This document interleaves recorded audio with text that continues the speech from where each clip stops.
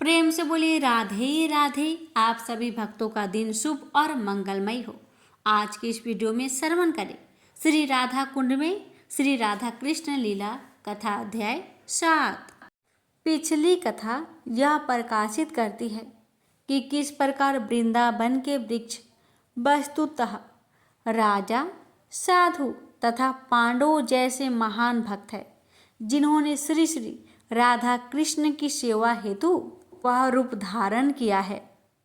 ब्रज के वृक्ष एवं अन्य कारण से भी विशेष है कि कल्पतरु कहलाते हैं, अर्थात वे इच्छा पूर्ति करने वाले वृक्ष है। सृष्टि के अन्य वृक्षों से विभिन्न ब्रज के वृक्ष हम जो चाहे वह हमें प्रदान कर सकते हैं। ब्रह्मा जी अपनी संहिता में इन वृक्षों का गुणगान करते हुए कहते हैं, चिंतामणि धाम श्री वृंदावन लाखों कल्प वृक्षों से घिरा है। इन कल्प तरुओं के विषय में ब्रजवासियों का कहना है, यदि आपकी कोई भी समस्या है तो बस एक कल्पतरु को बता दो। सर्वप्रथम दंडवत प्रणाम करो और तदुपरांत उस महान भक्त वृक्ष की प्रदक्षिणा करो, उस वृक्ष का आलिंगन करो और उसे अपने मन की बात बता दो। वह आपकी बात सुनेगा, आपकी प्रतिक्रिया देगा और आपकी समस्या का समाधान करने में आपकी सहायता करेगा। ऐसा कुछ भी नहीं है जो ब्रज के कल्पतरु नहीं कर सकते। यदि आप ऐसी आकांक्षा करते हैं तो वे आपको आपके परम प्रिय श्री राधा गोविंद युगल भी प्रदान कर सकते हैं। इन वृक्षों की इच्छा पूर्ति शक्ति को दर्शाता हुआ निम्नाकिंद दृष्टांत कदम घंटी में घटित हुआ। एक बार की बात है कि श्री कृष्ण दर्शन करने के लिए एक नवयुवक अपने संसार को त्याग कर भजन करते हेतु ब्रज की शरण में आया। दिन भर हरे कृष्णा जप करता, श्री राधा माधव का लीला स्मरण करता और सूर्यास्त के पश्चात भिक्षा मांगकर एक रोटी ले आता। एक बार शीतकाल में प्रातः वृष्टि होने लगी और वह नवयुवक थर थर कांपने लगा। वह नवयुवक एक प्राचीन कदम वृक्ष की खोक में जाकर बैठ गया और श्याम सुंदर का ध्यान करने लगा। तभी सामने के एक वृक्ष से आवाज आई, देखो एक महात्मा तुम्हारी शरण में आए हैं, उन पर थोड़ी कृपा करो। उत्तर में उस वृक्ष ने, जिसकी खोख में वह बैठा था, कहा, आप ही थोड़ी कृपा कर दो ना। सहसा सामने वाले वृक्ष में से एक मोर उतर कर आया और अपने सुंदर इंद्रधनुषी पंख फैलाकर खड़ा हो गया। 3 अन्य मोर उतरकर पहले वाले मयूर के पास आए और उस नवयुवक के सम्मुख गोलार्ध में पंख फैलाकर खड़े हो गए। उन नर्तशील मयूरों के मध्य मस्तक पर मनोक मोर पिछ धारण किए हुए, बाधरों पर मुरली धरे तथा प्रेम दर्शक आकर्षक नेत्र वाले पुण्य दर्शन स्वयं श्री कृष्ण प्रकट हुए। ब्रज के कल्पतरुओं की कृपा ने उस भक्त को श्री कृष्ण दर्शन से धन्य किया। इस कथा द्वारा हमें वृंदावन के कल्प वृक्षों की शक्ति एवं कृपा ज्ञात होती है। निष्कर्ष ये है कि हमें इन महान भक्त वृक्षों का आश्रय ग्रहण करना चाहिए। इन वृक्षों की शरणागत हो, अपने मन की बात कहो, अपनी समस्या बताओ, उनसे कृपा याचना करो, एक चमत्कार की प्रतीक्षा करो। चमत्कार ही वृंदावन को चमत्कारी बनाते हैं। यहीं पर वृक्ष वार्ता लीला समापन हुआ। प्रेम से बोलिए राधे राधे। प्यारे भक्तों, अब रसपान करें भागवत पुराण कथा। सनकादि कहते हैं, नारद जी, अब हम आपको सप्ताह श्रवण की विधि बताते हैं। ये विधि प्राय लोगों की सहायता और धन से साध्य कही गई है। पहले तो यत्न पूर्वक ज्योतिषियों को बुलाकर मुहूर्त पूछना चाहिए तथा विवाह के लिए जिस प्रकार धन का प्रबंध किया जाता है उस प्रकार ही धन की व्यवस्था इसके लिए करनी चाहिए तथा आरंभ करने में भाद्रपद, आश्विन, कार्तिक, मार्गशीर्ष, आषाढ़ और श्रावण, ये 6 महीने श्रोताओं के लिए मोक्ष की प्राप्ति के कारण हैं। इसे इन महीनों में भी भद्रा, व्यतिपात आदि कोली योगों को सर्वथा त्याग देना चाहिए तथा दूसरे लोग जो उत्साही हो उन्हें अपना सहायक बना लेना चाहिए। फिर प्रयत्न करके देश देशांतर में यह संवाद भेजना चाहिए कि यह कथा होगी। सब लोगों को सपरिवार पधारना चाहिए। जो स्त्री और क्षुद्र आदि भगवत कथा एवं सकीर्तन से दूर पड़ गए हैं उनको भी सूचना हो जाए, ऐसा प्रबंध करना चाहिए। इस देश में जो विरक्त वैष्णव और हरि कीर्तन के प्रेमी हो उनके पास निमंत्रण पत्र अवश्य भेजें। उसे लिखने की विधि इस प्रकार बताई गई है। महानुभावों, यह 7 दिन तक सत्पुरुषों का बड़ा दुर्लभ समागम रहेगा और अपूर्व रसमयी श्रीमद् भागवत की कथा होगी। लोग भागवत रस के रसिक हैं, अतः श्रीमद् भागवत मृतिका पान करने के लिए प्रेम पूर्वक शीघ्र ही पधारने की कृपा करें। यदि आपको विशेष अवकाश ना हो तो भी एक दिन के लिए तो अवश्य ही कृपा करनी चाहिए, क्योंकि यहाँ का तो एक क्षण भी अत्यंत दुर्लभ है। इस प्रकार विनय पूर्वक उन्हें निमंत्रित करें और जो लोग आए उनके लिए यथोचित निवास स्थान का प्रबंध करें। कथा का श्रवण किसी तीर्थ में, वन में अथवा अपने घर पर भी अच्छा माना गया है। जहाँ लंबा चौड़ा मैदान हो वही कथा स्थल रखना चाहिए। भूमि का शोधन, मार्जन और लेपन करके रंग बिरंगी धातुओं से चौक पूरे घर की सारी सामग्री उठाकर एक कोने में रख दे। 5 दिन पहले से ही यत्न पूर्वक बहुत से बिछाने के वस्त्र एकत्र कर ले। केले की खामों से सुशोभित एक ऊंचा मंडप तैयार कराए। उसे सब और फल, पुष्प, पत्र और जादुओं से अलंकृत करें तथा चारों ओर झंडियां लगाकर तरह तरह के सामान से सजा दे। उस मंडप में कुछ ऊंचाई पर 7 विशाल लोकों की कल्पना करे और उनमें विरक्त ब्राह्मणों को बुलाकर बैठाइए। आगे की ओर उनके लिए वहां यथोचित आसन तैयार रखे। इनके पीछे वक्ता के लिए भी एक दिव्य सिंहासन का प्रबंध करे। यदि वक्ता का मुख उत्तर की ओर रहे तो श्रोता पूर्व विमुख होकर बैठे और यदि वक्ता पूर्व विमुख रहे तो श्रोता को उत्तर की ओर मुख करके बैठना चाहिए अथवा वक्ता और श्रोता को पूर्व मुख होकर बैठना चाहिए। देश काल आदि को जानने वाले महानुभावों ने श्रोताओं के लिए ऐसा ही नियम बताया गया है। जो वेद शास्त्र की स्पष्ट व्याख्या करने में समर्थ हो, तरह तरह के दृष्टांत दे सकता हो तथा विवेकी और अत्यंत ऐसे विरक्त और विष्णु भक्त ब्राह्मण को वक्ता बनाना चाहिए। श्रीमद् भागवत के प्रवचन में ऐसे लोगों को नियुक्त नहीं करना चाहिए जो पंडित होने पर भी अनेक धर्मों के चक्कर में पड़े हुए स्त्री, लंपट एवं पाखंडे प्रचार के हो। वक्ता के पास ही उनकी सहायता के लिए एक वैसा ही विद्वान और स्थापित करना चाहिए, वह भी सब प्रकार के संचय की निवृत्ति करने में समर्थ और लोगों को समझाने में कुशल हो।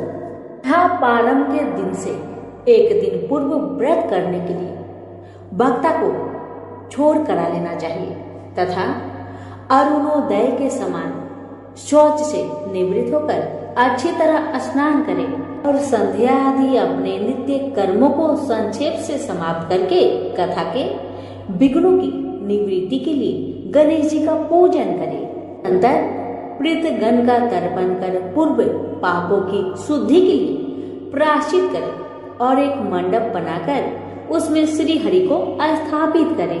फिर भगवान श्री कृष्ण को लक्ष्य करके मंत्रों उच्चारण पूर्वक क्रमशः पुरुषोपचार विधि से पूजन करें और उसके पश्चात प्रदक्षिणा तथा नमस्कार आदि कर इस प्रकार स्तुति करे। करुणानिधान, मैं संसार सागर में डूबा हुआ और बड़ा दिन हूँ। कर्मों के मोह रूपी ग्रह ने मुझे पकड़ रखा है। आप इस संसार सागर से मेरा उद्धार कीजिए। इसके पश्चात धूप दीप आदि सामग्रियों से श्रीमद् भागवत की भी बड़े उत्साह और प्रतिपूर्वक विधि विधान से पूजा करे। फिर पुस्तक के आगे नारियल रखकर नमस्कार करे और प्रसन्नचित चित्त से इस प्रकार स्तुति करे। श्रीमद् भागवत के रूप में आप साक्षात कृष्णचंद्र ही विराजमान है। नाथ, मैंने भव सागर से छुटकारा पाने के लिए आपकी शरण ली है। मेरा यह मनोरथ आप बिना किसी विघ्न बाधा के सगो पांग पूरा करे। केशव, मैं आपका दास हूँ। इस प्रकार दीन वचन कहकर फिर वक्ता का पूजन करे। उसे सुंदर वस्त्र भूषणों से विभूषित करे और फिर पूजा के पश्चात उसकी इस प्रकार स्तुति करे। सुख स्वरूप भगवान, आप समझाने की कला में कुशल और सब शास्त्रों में पारंगत है। कृपया इस कथा को प्रकाशित करके मेरा अज्ञान दूर करें। फिर अपने कल्याण के लिए प्रसन्नता पूर्वक उसके सामने नियम ग्रहण करें और 7 दिनों तक यथाशक्ति उसका पालन करें। कथा में विघ्न ना हो, इसके लिए 5 ब्राह्मणों को और वरण करें। दशाक्षर मंत्र द्वारा भगवान के नामों का जप करें। फिर ब्राह्मण अन्य विष्णु भक्त एवं कीर्तन करने वालों को नमस्कार करके उनकी पूजा करे और उनकी आज्ञा पाकर स्वयं भी आसन पर बैठ जाए। जो पुरुष लोग संपत्ति, धन, घर और पुत्र आदि की चिंता छोड़कर शुद्धि चित्त से केवल कथा में ही ध्यान रखता है, उसे इसके श्रवण का उत्तम फल मिलता है। श्रीमान वक्ता को चाहिए कि सूर्य उदय से कथा प्रारंभ करके 3:30 पहर तक मध्य स्वर से अच्छी तरह कथा बाजे। दोपहर के समय 2 घड़ी तक कथा बंद रखे। उस समय कथा के प्रसंग के अनुसार वैष्णव को भगवान के गुणों का कीर्तन करना चाहिए, व्यर्थ बातें नहीं करना चाहिए। कथा के समय मल मूत्र के वेगों का काबू में रखने के लिए अल्पाहार सुखकारी होता है। ये श्रोता केवल एक ही समय हविष्यान भोजन करे। यदि शक्ति हो तो 7 दिन निराहार रहकर कथा सुने अथवा केवल घी या दूध पीकर सुखपूर्वक श्रवण करे अथवा फलहार या एक समय ही भोजन करे। इससे जैसा नियम सुविधि से सध सके उसी को कथा श्रवण के लिए ग्रहण करे। मैं तो उपासक की अपेक्षा भोजन करना अच्छा समझता हूँ, यदि वह कथा श्रवण में सहायक हो। यदि उपवास से श्रवण में बाधा पहुँचती हो तो वह किसी काम का नहीं।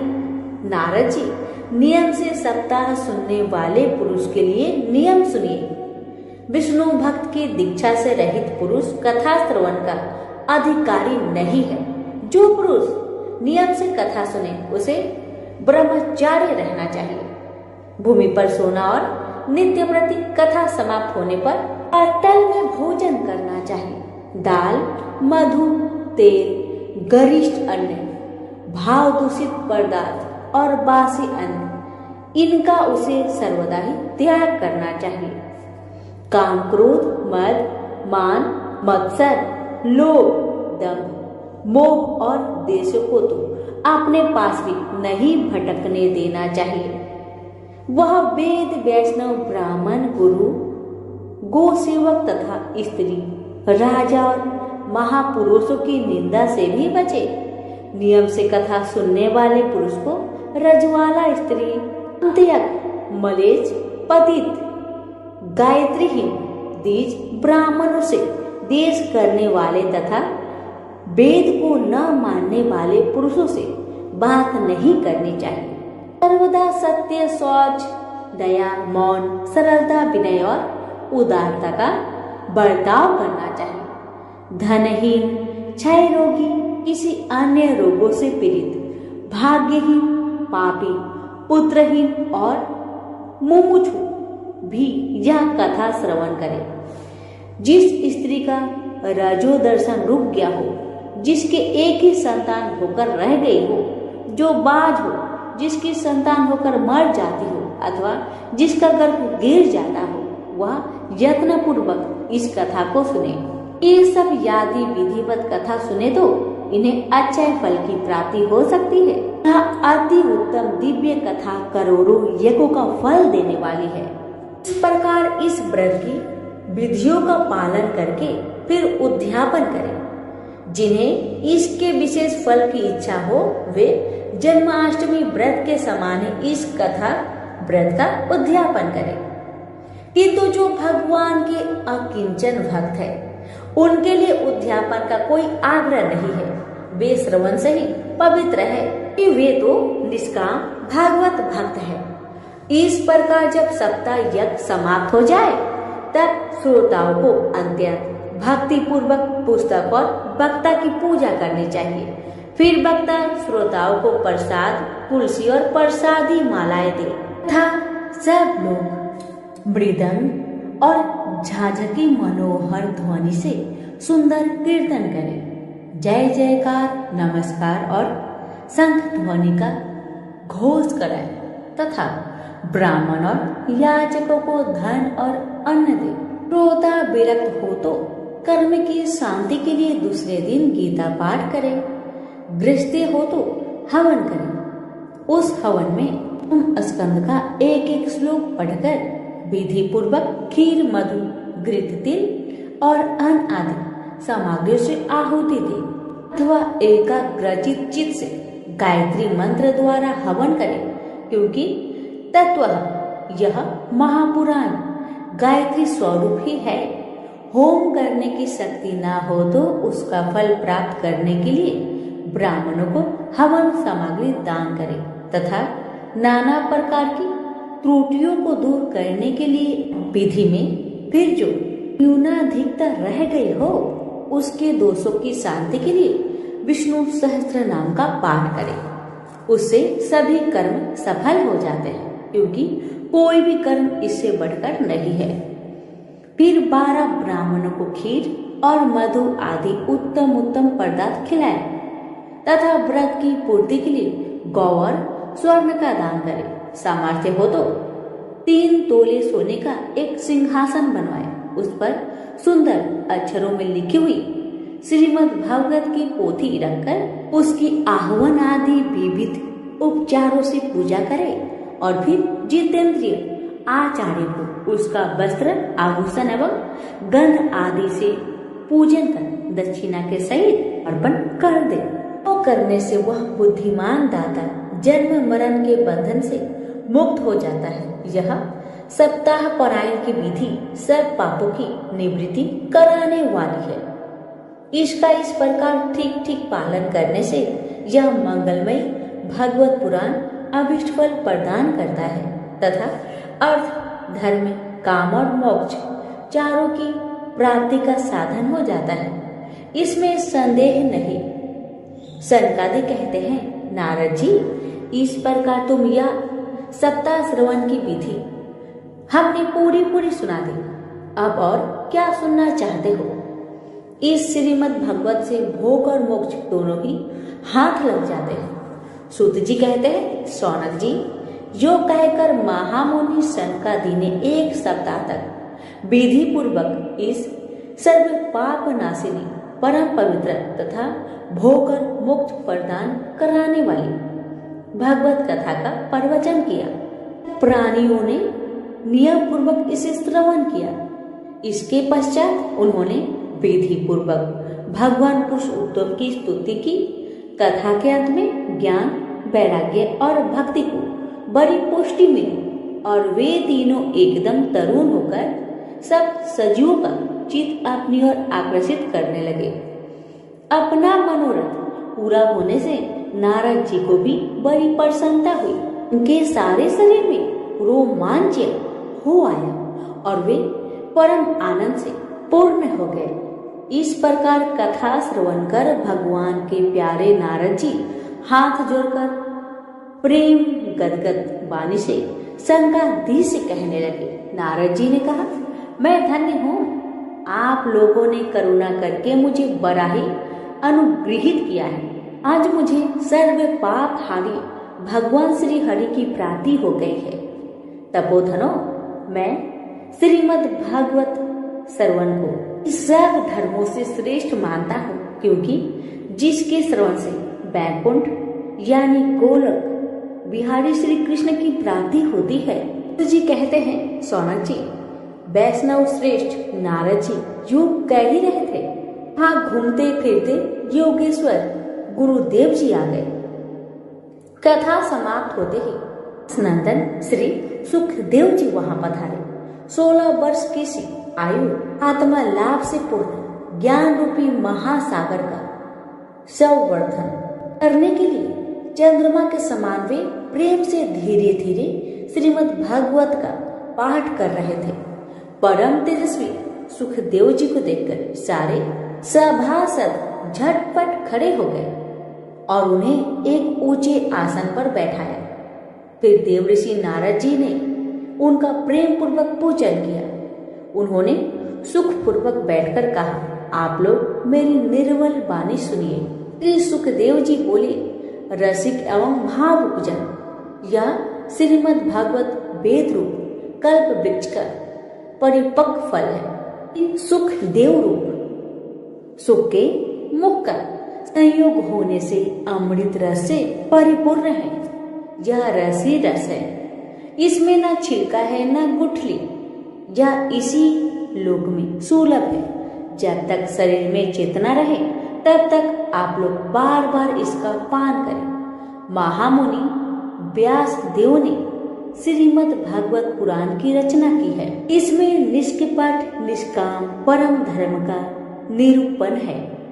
इसमें शुद्धंत कारण सत्पुरुषों के जानने योग्य कल्याणकारी वास्तविक वस्तु का वर्णन है, जिससे तीनों तपों की शांति होती है। इसका आश्रय लेने पर दूसरे शास्त्र अथवा साधन की आवश्यकता नहीं रहती। जब कभी पुण्य आत्मा पुरुष इसके श्रवण की इच्छा करते हैं, तभी ईश्वर अविलंब उनके हृदय में अवरुद्ध हो जाता है। यह भगत पुराणों का तिलक और वैष्णव का धन है। इसमें परमहंसों के प्राय विशुद्ध ज्ञान का ही वर्णन किया गया है तथा ज्ञान वैराग्य और भक्ति के सहित निवृत्ति मार्ग को प्रकाशित किया गया है। जो पुरुष भक्ति पूर्वक इसके श्रवण पठन और मनन में तत्पर रहता है, वह मुक्त हो जाता है। यह रस स्वर्गलोक, सत्यलोक, कैलाश और बैकुंठ में भी नहीं है। इसलिए भाग्यवान श्रोताओं, तुम इसका खूब पान करो, इसे कभी मत छोड़ो।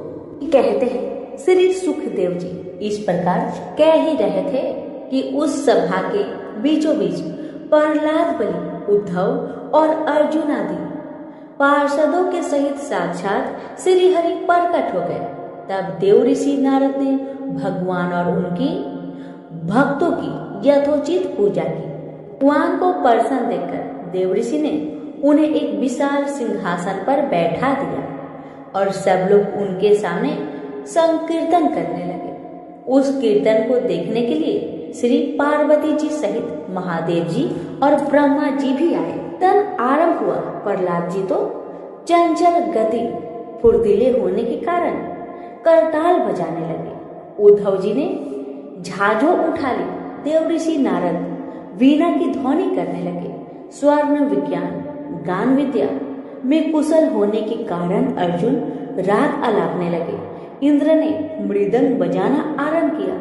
सनकादि बीच बीच में जय घोष करने लगे और इन सब के आगे सुखदेव जी तरह तरह की सरस अंग भंगी करके भाव बताने लगे। सबके बीच में परम तेजस्वी भक्ति ज्ञान और वैराग्य नटोके के समान नाचने लगे। ऐसा अलौकिक कीर्तन देखकर भगवान प्रसन्न हो गए और इस प्रकार कहने लगे, मैं तुम्हारी इस कथा और कीर्तन से बहुत प्रसन्न हूँ। तुम्हारे भक्ति भाव ने इस समय मुझे अपने बस में कर लिया है, अतः तुम लोग मुझसे वर मांगो। भगवान के ये वचन सुनकर सब लोग बड़े प्रसन्न हुए। प्रेम भरी चित्त से भगवान से कहने लगे, भगवान हमारी यह अभिलाषा है कि भविष्य में भी जहाँ कहीं सप्ताह कथा हो वहाँ आप इन पार्षदों के सहित अवश्य पधारें। हमारे यह मनोरथ पूर्ण कर दीजिए। भगवान तथास्तु कहकर अंतर ध्यान हो गए। इसके पश्चात नारद जी ने भगवान तथा उनके पार्षदों के चरणों को लक्ष्य करके प्रणाम किया और फिर सुखदेव जी आदि तपस्वियों को भी नमस्कार किया। कथामृत का पान करने से सब लोगों को बड़ा ही आनंद हुआ। उनका सारा मोह नष्ट हो गया। फिर वे सब लोग अपने अपने स्थानों को चले गए। उस समय सुखदेव जी ने भक्ति को उसके पुत्रों सहित शास्त्र में स्थापित कर दिया। इसी से भागवत का सेवन करने से श्री हरि वैष्णव के हृदय में आ विराजे हैं। जो लोग दरिद्रता के दुख ज्वारी की ज्वाला से दग्ध हो रहे हैं, हिमाया पिचासनी ने रौद डाला है तथा जो संसार समुद्र में डूब रहे हैं, उनका कल्याण करने के लिए श्रीमद् भागवत सिंहनाद कर रहा है। सौनक जी ने पूछा, सुत जी, सुखदेव जी ने राजा परीक्षित को, गोकर्ण धुंधकारी को, सनकादि नारद जी को किस किस समय यह ग्रंथ सुनाया था, कृपया संचय दूर कीजिए।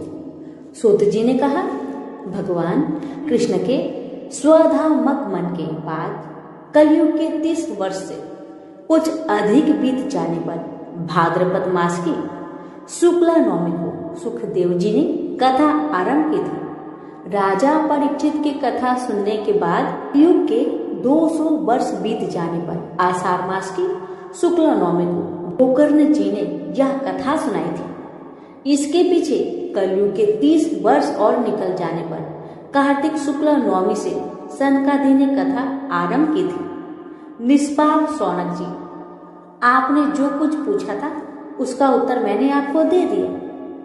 इस कलयुग में भगवत की कथा भव रोग की रामबाण औषध है।